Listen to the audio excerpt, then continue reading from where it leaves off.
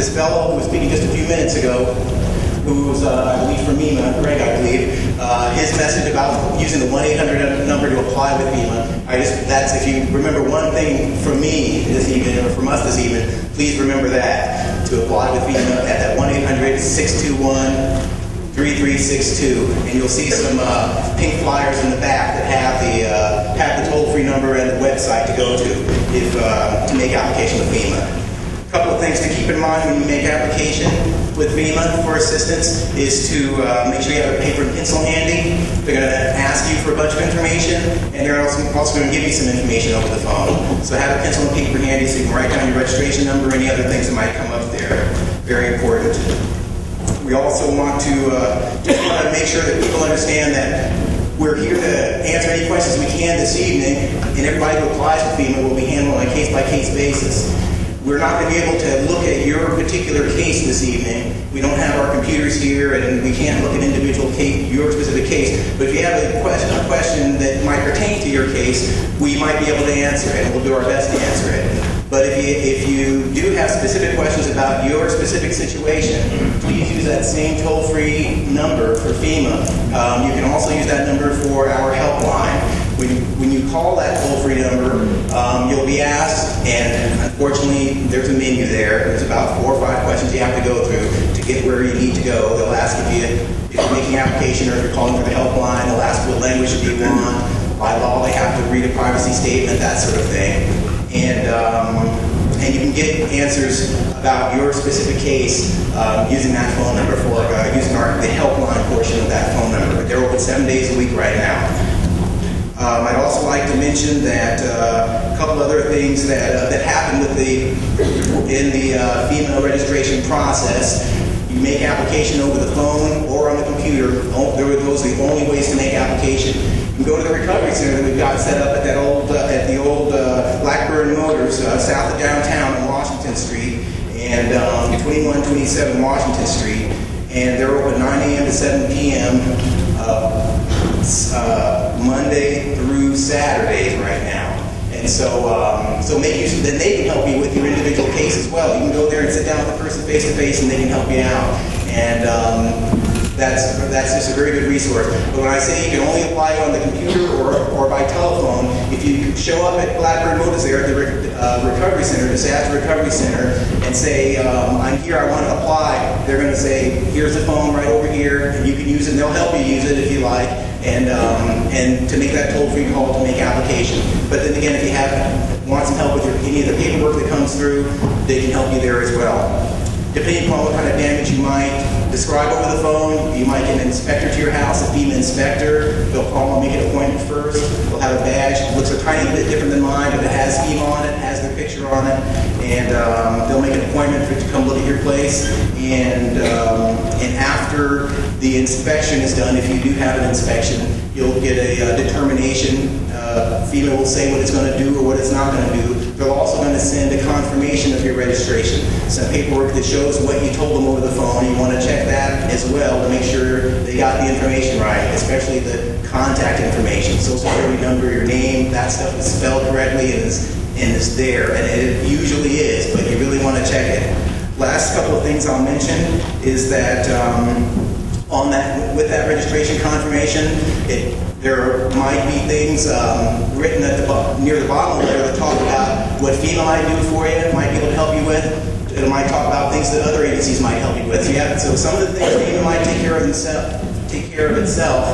Other things might be listed there, like we were talking about earlier, the disaster unemployment insurance benefits. That's something you're going to have to do yourself. You have to go to the WIN office or make a phone call to WIN or look on the internet to make application with them. But that might be listed with some of the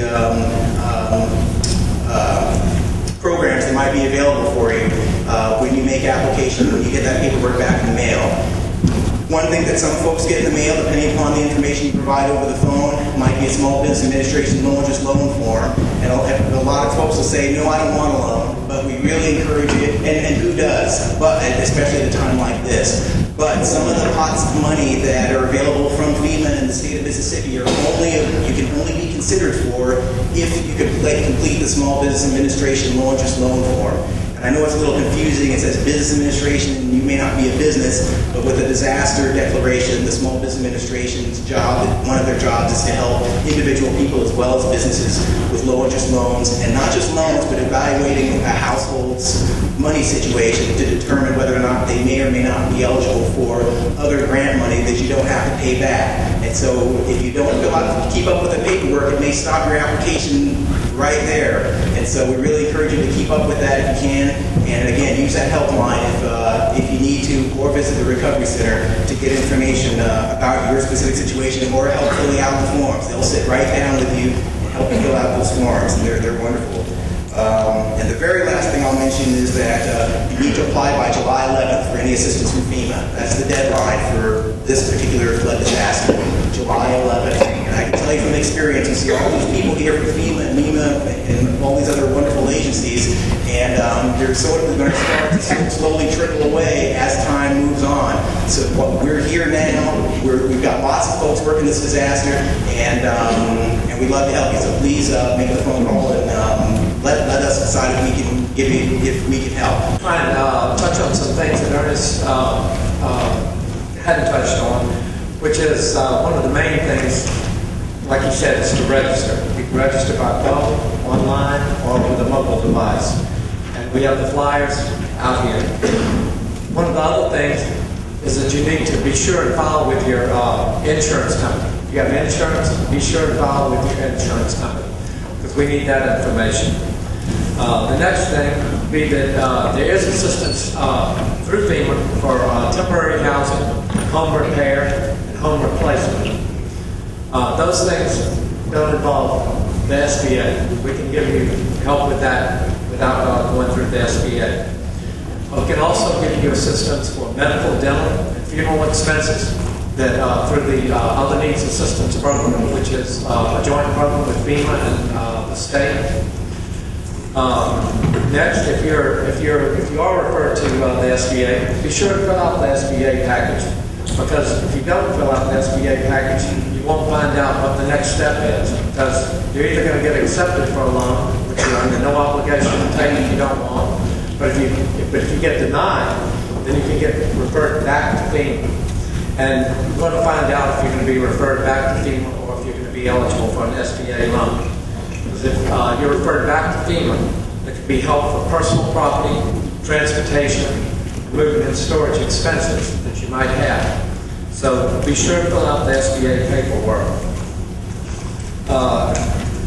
The appeal process that you brought up, the appeals need to be in writing, and on the letters that you get, it tells you exactly what the appeal process is.